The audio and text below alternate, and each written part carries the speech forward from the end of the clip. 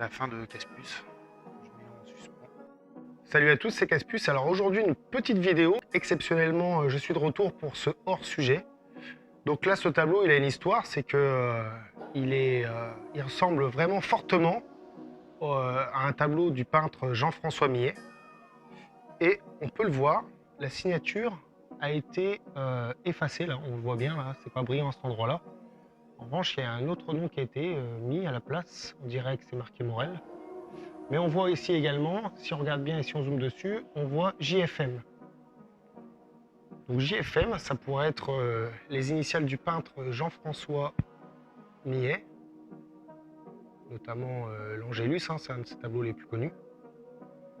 Et ce qui est impressionnant, c'est qu'ils ont été voir un expert, ces gens, et l'expert leur a dit non, non, c'est pas un Millet, enfin voilà, sans même faire d'analyse ou regarder vraiment. Donc ils ont vu qu'un seul expert jusqu'à maintenant. Et ils m'ont contacté pour me demander, avec tous les contacts que j'ai, journalistes ou les autres chercheurs, si dans mon entourage, j'avais quelqu'un qui pouvait les renseigner un peu mieux. Donc ce tableau sera bientôt chez moi, le temps d'un reportage ou d'une expertise. Donc n'hésitez pas, si vous êtes journaliste, à me contacter, hein. Laissez un commentaire sur cette chaîne YouTube et il ne sera pas publié évidemment et au moins j'aurai vos coordonnées pour vous rappeler.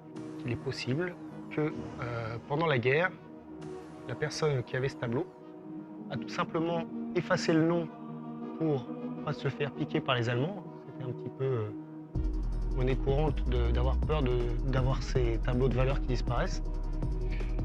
Ou aussi un contrôle fiscal. Enfin, il peut y avoir plein de raisons, hein. C'est impossible que la signature soit effacée. Il n'y a pas l'intérêt. L'expert, je pense que c'était vraiment pas un expert.